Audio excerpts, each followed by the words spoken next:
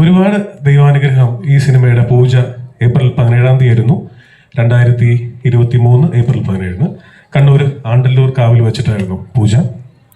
അന്ന് മുതൽ തുടർച്ചയായി 65 ദിവസത്തെ ഷൂട്ടിങ് കണ്ണവം എന്ന് പറയുന്ന സ്ഥലത്ത് ഒരു ഡിപ്പോയിൽ പാക്കപ്പ് പറയുന്നത് വരെ ഞങ്ങൾ അനുഭവിച്ച ഒരു ദൈവാനുഗ്രഹമുണ്ട്. കാരണം ചൂടുകാലം മാറി മഴക്കാലം വരുന്നു, ചുറ്റുവട്ടത്തുള്ള ദേശങ്ങളിലൊക്കെ മഴ പെയ്യുന്നു, നമ്മുടെ സെറ്റിൽ മാത്രം യാതൊരു പ്രശ്നങ്ങളും ഇല്ല.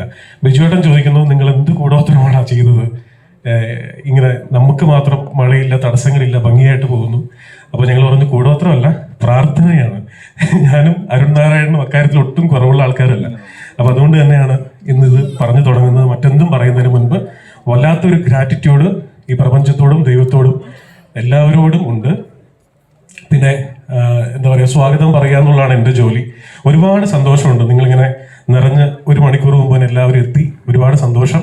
ഇവിടെ എത്തിച്ചേർന്നിരിക്കുന്ന എക്സിബിറ്റേഴ്സ്, പ്രൊഡ്യൂസർ അസോസിയേഷൻ്റെ ഭാരവാഹികൾ, writers association, directors association, distributors, actors, ഞങ്ങളുടെ സുഹൃത്തുക്കൾ, ഫാമിലി, എന്താ പറയുക, കോവർക്കേഴ്സ്, എല്ലാവരും എത്തിച്ചേർന്നിട്ടുണ്ട്. എല്ലാവരെയും ഹൃദയത്തിൻ്റെ ഭാഷയിൽ സ്വാഗതം ചെയ്യുകയാണ്. ഈ കല്യാണം കഴിയുമ്പോൾ എന്നാണ് വിശേഷമായോ കുഞ്ഞപ്പാവോ എന്നൊക്കെ ചോദിക്കുന്ന പോലെ ഈ കഴിഞ്ഞ 9 മാസമായിട്ട് എവിടെ പോകുമ്പോഴും റീണു ഉൾപ്പെടെ ഒരുപാട് പേര് എന്നെ വിളിച്ചിട്ട് അവറായോ, എന്താണ്, എപ്പോഴാണെന്നൊക്കെ ചോദിച്ചുകൊണ്ടിരിക്കുകയാണ്. ഈ ഡയറക്ടേഴ്സിന് ഒരു സംഭവമുണ്ട്, ഒരു സിനിമ കഴിഞ്ഞ് അടുത്ത സിനിമ ആവുന്ന ആൾക്കാർ അടുത്ത സിനിമ എപ്പോഴാ എന്ന് ചോദിക്കും. സിനിമ തുടങ്ങുമ്പോൾ ചോദിക്കും എത്ര ദിവസം കൂടെ ബാക്കിയുണ്ടെന്ന് ചോദിക്കും. ഷൂട്ടിംഗ് കഴിയുമ്പോൾ എന്നാ റിലീസ് എന്ന് ചോദിക്കും. ഞാനിങ്ങനെ അവധി പറഞ്ഞു മടുത്തു.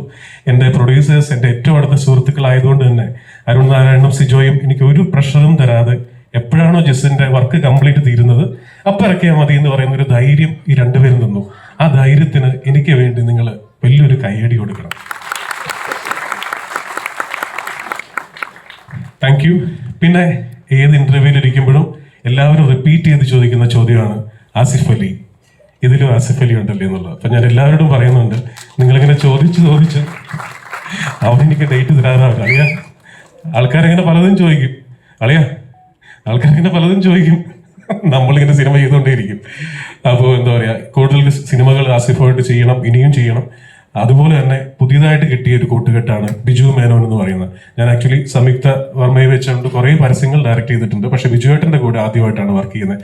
പക്ഷെ ഒന്നും പറയാനില്ല, ഒരു വീഗാലാൻഡിൽ റൈഡ് പോയ പോലത്തെ ഒരു ഫീലായിരുന്നു 65 ദിവസങ്ങൾ ബിജു മേനോനും ആസിഫ് ഒന്നിക്കുന്ന ഒരു സെറ്റ്. ആ സെറ്റ് ഷൂട്ട് കഴിഞ്ഞിട്ടും ഷൂട്ടിന് മുൻപും പിൻപും ഒക്കെയുള്ള എപ്പിസോഡ്സ്, ജീവിതകാലം മുഴുവൻ ഓർക്കാനുള്ള എപ്പിസോഡ്സ് ആണ്.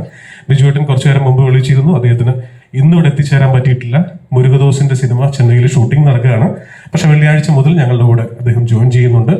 അപ്പോൾ ദൈവകൃപ കൊണ്ട് ഇപ്പോൾ ഒരു ദിവസം വന്നെത്തിയിരിക്കുകയാണ്. 24 മെയ് 2024 നമ്മൾ പടം റിലീസ് ചെയ്യുകയാണ്. എല്ലാവരുടെയും സപ്പോർട്ട് ഇന്ന് ഈ തിയേറ്ററിൽ നിറഞ്ഞിരിക്കുന്ന പോലെ കേരളം മുഴുവനുള്ള തിയേറ്ററുകളിൽ പ്രേക്ഷകർ നിറയട്ടെ എന്ന് ഹൃദയപൂർവ്വം പ്രാർത്ഥിക്കുന്നു. അതിനു വേണ്ടിയിട്ട് എൻ്റെ കൂടെയുള്ള എല്ലാ ക്രൂവും അത്രയേറെ എഫോർട്ട് എടുത്തിട്ടുണ്ട്, അത്രയേറെ വർക്ക് ചെയ്തിട്ടുണ്ട്.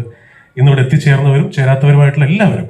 അപ്പൊ എന്തായാലും എല്ലാവരെയും, എത്തിച്ചേർന്നവരെയും ചേരാത്തവരെയും എല്ലാവരെയും ഹൃദയത്തിന്റെ ഭാഷയിൽ സ്നേഹത്തോടെ സ്വാഗതം ചെയ്യുന്നു. Thank you.